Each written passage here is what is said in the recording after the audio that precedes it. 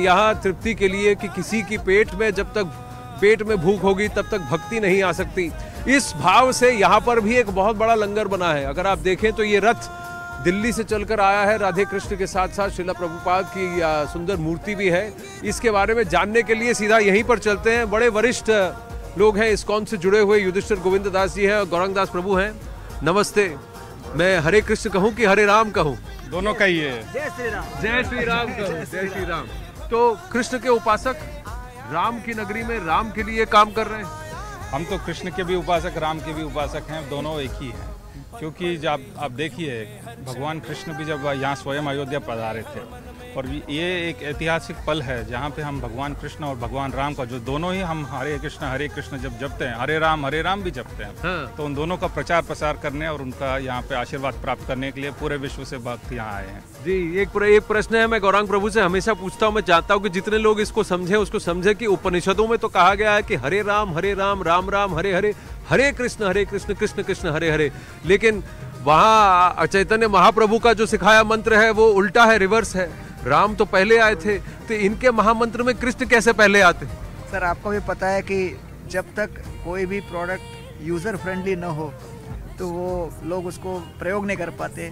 तो चैतन्य महाप्रभु जब प्रचार करना आरंभ किए तो लोग ऑब्जेक्शन उठाने लगे कि भाई उपनिषद का मंत्र है, इसके लिए प्री क्वालिफिकेशन चाहिए, ये चाहिए वो चाहिए। तो उन्होंने कहा चलो भाई हम इसको हरे राम के बदले हरे कृष्ण से स्टार्ट करेंगे। तो ये जो है हर व्यक्ति अपने जीवन में ले सकता है, लोगों के घरों घरों तक उन्होंने पहुंचा दिया और इसके लिए कोई मिनिमम क्वालिफिकेशन नहीं छोड़ा। तो यानी कि जो लोग कहते थे कि तुम नहीं कर सकते, सिर्फ हम ही करेंगे, इन्होंने बस मीटर घुमा दिया। राम कहे कृष्ण कहे राम कहे, मंत्र तो एक ही होगा। तो ये इस तरीके से सबको कर दिया। तो ये हरे कृष्ण का कीर्तन आप सब जगह करते हैं, यहाँ आप क्या कर रहे हैं? यहाँ पे हमारा 1 महीने का कैंप होगा इस्कॉन का। तो यहाँ पे प्रतिदिन कई सारे अलग अलग एक्टिविटीज़ होंगे। पहला तो यहाँ पे 5000 भक्तों को, जो भी यहाँ भारतवर्ष से आएंगे दर्शन के लिए, उनको भरपेट प्रसाद दे के भेजेंगे। प्रसाद खिला रहे हैं 5000 लोगों को हर रोज और निःशुल्क, बिल्कुल निःशुल्क। और मेन्यू भी एकदम अच्छा खासा। हमारे IIT के इंजीनियर जैसे गौरांग प्रभु सब खुद ही वहाँ पे किचन में रह के बनाएंगे। आप भी भोजन बनाएंगे? पालक्काड अय्यर है तो थोड़ा अंतर है, थोड़ा तो काला बनाना पड़ेगा। दक्षिण भारत के हैं लेकिन अभी इनका निवास मुंबई में है। आप इको विलेज के डायरेक्टर भी हैं। जो इको विलेज से परिचित हैं वो इनसे भी परिचित होंगे, जो इनसे परिचित हैं वो इको विलेज से भी परिचित होंगे। पर मैं आपसे जानना चाहता हूँ, ये साइंटिस्ट जो है, विज्ञान पढ़ने वाले अध्यात्म में कैसे आ गए? विज्ञान और अध्यात्म कहते हैं एक दूसरे के पूरक नहीं, एक दूसरे के ऑपोजिट हैं। आप क्या मानते हैं, एक दूसरे के पूरक हैं? चलिए थोड़ा आश्रम भी घूमते हैं इसी तरह। यूनाइटेड नेशंस ने रिसेंटली एक अपना वर्टिकल चालू किया। हाँ। यूनाइटेड नेशंस ने कहा कि फेथ फॉर अर्थ हम स्टार्ट करेंगे। हाँ। हमने कहा faith for earth, United Nations तो साइंस वाला है। हाँ। तो रिलीजन के साथ क्यों जुड़ना चाहता है? हाँ। तो कहता है कि भाई साइंस का सब ज्ञान और नॉलेज सुन के सबका इंफॉर्मेशन मिलता है, ट्रांसफॉर्मेशन नहीं होता। इसलिए हम चाहते हैं रिलीजन वाले साथ में जुड़े, जिससे कि क्लाइमेट चेंज को बचा सके।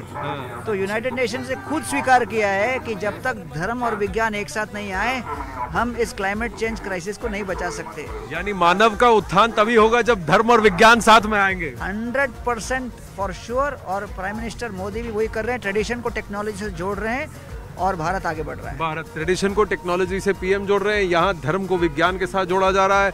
यहाँ एक हवन कुंड भी है, जरा युधिष्ठिर जी बताइए, चलिए हमको बताइए, लाइव आपको दिखा रहे हैं, देखिए क्या हो रहा है यहाँ पर। तो पूरे विश्व शांति और विश्व कल्याण के लिए इस्कॉन ने अपने कैंप में 1 महीने के लिए यहाँ पे यज्ञ का आयोजन किया है। और आप देख रहे हैं देश विदेश से हमारे पुरोहित हैं जो स्लोवेनिया से हैं। हाँ। वो आके यहाँ पे अनुष्ठान कर रहे हैं पूरे। स्लोवेनिया से पुरोहित है जी। हाँ। और अनुष्ठान कर रहे हैं। बिल्कुल। तो जरा समझाएंगे मुझे, तो यहाँ पे जा सकते हैं? नहीं, आज्ञा है कि अनुष्ठान हो रहा है।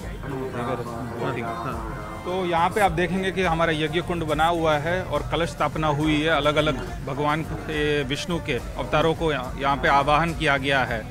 और उसका भी आज ही उद्घाटन हुआ है। और उद्घाटन होने के बाद अभी पहला ज्वाला यहाँ पे प्रज्वलित किया जाएगा। पहली ज्वाला यहाँ प्रज्वलित की जाएगी, थोड़ी देर में होगी। थोड़ी देर में होगी। हम जब तक किचन देख के आते हैं यहाँ पे ये शुरू हो जाएगा। और फिर आप मुझे रक्षा सूत्र भी बांधेंगे और आपके माध्यम से आपके पूरे देशवासियों और बाकी सभी मित्रों को हम बताना चाहेंगे कि आज का जो वातावरण है वहाँ पे अगर शांति और वहाँ पे सद्भावना का अगर हो सकता है, वो सिर्फ भगवान नाम के और भगवान के माध्यम से हो सकता है। उसी की हम यहाँ चेष्टा कर रहे हैं। तो यहाँ प्रवचन हो रहा है गौरांग प्रभु, ये ये सब गैया कौन है जरा दिखाइए बहुत।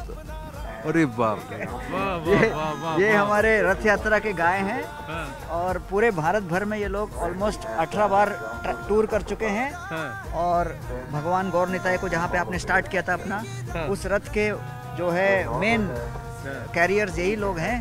और बैल जो है धर्म का प्रतीक है और हर जगह ये घूमते हैं। यूपी पदयात्रा, हमारे भारत भर के पदयात्रा में हर स्टेट का अलग अलग पदयात्रा, तो यूपी पदयात्रा के ये बुल्स हैं और परम पूज्य लोकनाथ महाराज पदयात्रा के डायरेक्टर है और उनके देख रेख में ये पूरे चल रहे हैं। हाँ, पर तैयारी में लग रहे हैं, बहुत सुंदर है, फर्स्ट क्लास है, तैयारी में लग रहे हैं एकदम। और ये देसी वैरायटी देसी वैरायटी ये शुरू हुए थे 10 दिसंबर को दिल्ली से, अपने ईस्ट ऑफ कैलाश मंदिर से, और कल शाम में उनका यहाँ अयोध्या में स्वागत हुआ था। तो 41 डेज में 41 विलेजेस में रुके, हर दिन रामकथा किया, भंडारा किया और फिर यहाँ पे 41 दिन 41 गांवों में रुककर जो रथ जो हमने बाहर देखा था उसको इन्होंने ही खींच के वो लेकर आए थे।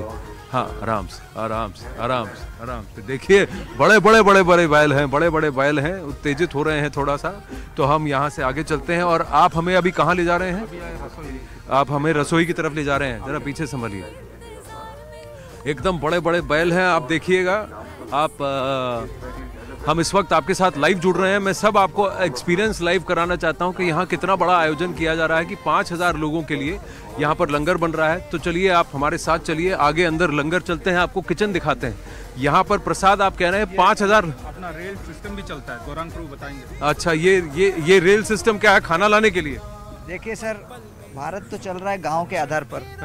तो हमने गांव के लोगों को एम्पावर करने के लिए उनके हिसाब से यहाँ पर टेक्नोलॉजी लगाया है। आराम से। हाँ जी।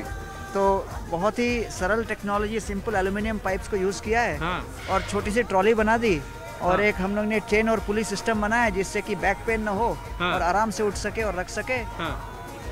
इनोवेशन कॉल्ड जुगाड़। इनोवेशन कॉल्ड जुगाड़ है। ये बहुत बड़ा लंगर इनका अंदर बन रहा है। थोड़ा लाइट ट्रांजिशन होगा, मैं लाइव आपको दिखाने की कोशिश कर रहा हूँ कि देखिए 5000 लोगों के लिए कितना बड़ा भंडारा लग रहा है यहाँ पर। ये देखिए,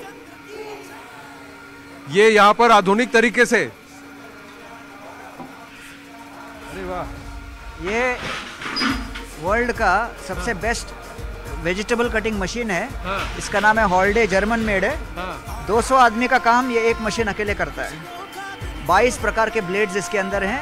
और ये हम जहाँ पर भी जाते हैं बड़े लंगर के लिए साथ में लेके जाते हैं। ये देखिए इस तरह से वहाँ पे पूरा कट हुआ है और कंटिन्यूअस इसमें काम चलता रहता है। तो जैसे मैंने कहा, विलेज टेक्नोलॉजी भी है और सोफिस्टिकेटेड टेक्नोलॉजी भी है। दोनों का प्रयोग करके हम लोग ऑप्टिमाइज करते हैं क्योंकि we are concern with serving. जी, तो यानी कि ग्रामीण रूप से जो भी हैं उनको भी उसको भी किया, क्योंकि गांव जाकर आए, रथ बैल ने खींचा है। और यहाँ देखिए, सबसे दुनिया की सबसे बड़ी सब्जी काटने की मशीन है। 200 लोगों की सब्जी का काम वो एक मशीन अकेले कर सकती है। तो बड़े लंगर में मैं स्टार्टअप इंडिया को एक जो है आह्वान करता हूँ कि भाई इस टाइप का वेजिटेबल कटिंग मशीन, इस क्वालिटी का प्रिसिशन का भारत में भी कोई स्टार्टअप करना चाहिए क्योंकि इसका बहुत डिमांड है और हम लोग ही बहुत कुछ लेंगे। बहुत, तो ऐसा कुछ भारत में भी बन जाए तो बहुत बढ़िया होगा। स्टार्टअप के लिए बहुत बड़ा इनोवेशन होगा। अब देखिए, इन्होंने इसका नाम जो है रामायण के किरदारों से, पात्रों से रखा है। तो इसका नाम हनुमान रखा है आपने? क्यों? हाँ जी, तो हमने हनुमान, लक्ष्मण, एक एक करके चलते हैं। तो ये हनुमान है। तो देखिए, आ जाता हूँ जी। हाँ, तो हनुमान ये नहीं, आप इधर ही रहिए, आप इधर ही रहिए। हाँ जी। हाँ, तो अब मैं बताता हूँ कि अब हम लोग विलेज टेक्नोलॉजी पे आ गए। इसको कहते हैं स्मोकलेस चूल्हा। स्मोकलेस चूल्हा है ये। हाँ, अब स्मोकलेस क्यों है? क्योंकि यहाँ पर आप बीच में देख रहे हो एक रॉकेट एल्बो जा रहा है। हाँ जी। सिंपल साइंस, नीचे गर्म, ऊपर ठंडा, ऊपर उड़ जाएगा सीधा उसके। तो यहाँ पर धुआं नहीं होगा और चूल्हा जल रहा है और ऊपर चला जाएगा। तो यहाँ से स्टार्ट होता है हम लोग का 1 2 3 4। तो ये हनुमान है, ये लक्ष्मण है। लक्ष्मण है। आइए इस तरफ चलते हैं, इस तरफ चलते हैं। ये राम दरबार का किचन है, तो इसीलिए ये देखिए, ये लक्ष्मण, तो यहाँ पर इस चूल्हे को लक्ष्मण दिया है नाम। ये राम के नाम का चूल्हा है। यहाँ से जो है अग्नि दी जाती है, लकड़ा अंदर से डाला जाता है इसके और फिर हम लोग इसको जब जलाते हैं, प्रज्वलित करते हैं तो जी 4 AM को हम लोग स्टार्ट करके हम लोग पानी गर्म करते हैं और उसके बाद सारा प्रोसेसिंग चालू होता है। तो 4 बजे से सुबह से ये प्रकरण चलता है, ये लंगर का काम हो रहा है।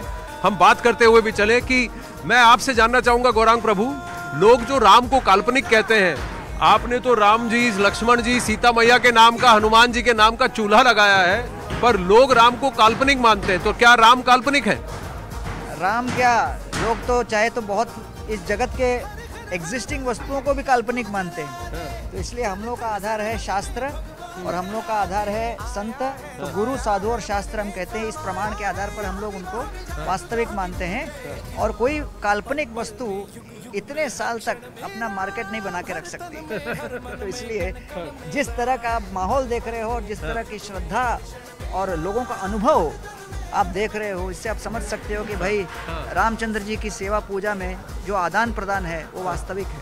अरे वाह, ये तो बहुत सुंदर आपने बनाया है रामलला और तो यहाँ पर श्री राम लक्ष्मण जी, तो जो कुछ भी देवी यहाँ पर सीता बनता मैया है, हाँ। यहाँ सब कुछ भोग लगा भगवान है। सीता, राम, लक्ष्मण, हनुमान जी को भोग लगता है। हाँ। और भोग लगने के बाद प्रतिदिन हम लोग 10,000 लोगों का वितरण करते हैं। एक बात आपसे पूछना चाहूंगा गौरांग प्रभु, आप इधर आए। युधिष्ठिर, मैं ये देखना चाहता हूँ कि ये जाड़े का मौसम है तो आपने सभी विग्रहों को ऊनी कपड़े उड़ाए हैं, ऊपर से आपने शॉल उड़ाया है, क्योंकि हम भगवान और उनके विग्रह को काल्पनिक नहीं मानते, काल्पनिक, उनको वास्तविक तो ठंड हमें भी मानते लगती है हैं। तो उनको भी लग सकती है। It's a personal philosophy. तो हम चाहते हैं कि भाई जो कुछ भी भगवान के लिए आनंद दे हम वही करें, इसलिए हाँ, अभी मेरे हाथ में आप देख रहे हैं बहुत सुंदर ये भोग है जो प्रसाद रामलला के लिए चढ़ा था, राम प्रभु श्री राम, सीता मैया और लक्ष्मण जी के लिए चढ़ा था, उसका प्रसाद मुझे भी मिला है। अब इस प्रसाद को चखने का मेरे पास समय है, उसको मैं चखने वाला हूँ। लेकिन जाते जाते मैं आप सबसे एक आग्रह करूँगा, मेरे पास समय बहुत कम है, तो जल्दी से इस लंगर से जब हम बाहर आ रहे हैं, अच्छा ये आपने क्रेन भी लगाया हुआ है, अरे बाप रे, इसको ये तो आपको दिखाना पड़ेगा कि इतना बड़ा जो भंडारा होगा इसको लिफ्ट कैसे किया जाएगा। ये देखिए क्रेन से इसको लिफ्ट किया जाएगा, ये देखिए। तो ये ट्रेडिशन और टेक्नोलॉजी का ये अद्भुत मेल है। नीचे चूल्हा है और हाँ, अच्छा, वाड़ा गांव के हैं वो ये वेणु हरिदास जी ने डिजाइन किया है। वो ITI के हैं, मैं IIT का हूँ, दोनों एक साथ मिलके किए। अच्छा, एक ITI के हैं, एक IIT के हैं और इन्होंने मिलके इस क्रेन को डिजाइन किया है। तो आप देख रहे हैं कि धर्म और विज्ञान, आध्यात्म की नगरी श्री अयोध्या धाम में कैसा फैंटास्टिक कॉम्बिनेशन हो रहा है। बहुत मजा आ रहा है। मैं आशा करता हूं कि आपको भी ये इस एक्सपीरियंस में बहुत आनंद आया होगा। आप सबका बहुत बहुत धन्यवाद। Thank you very much, thank you very much. अब प्रसाद खाने का वक्त आ गया है, मैं आपसे विदा लेता हूँ।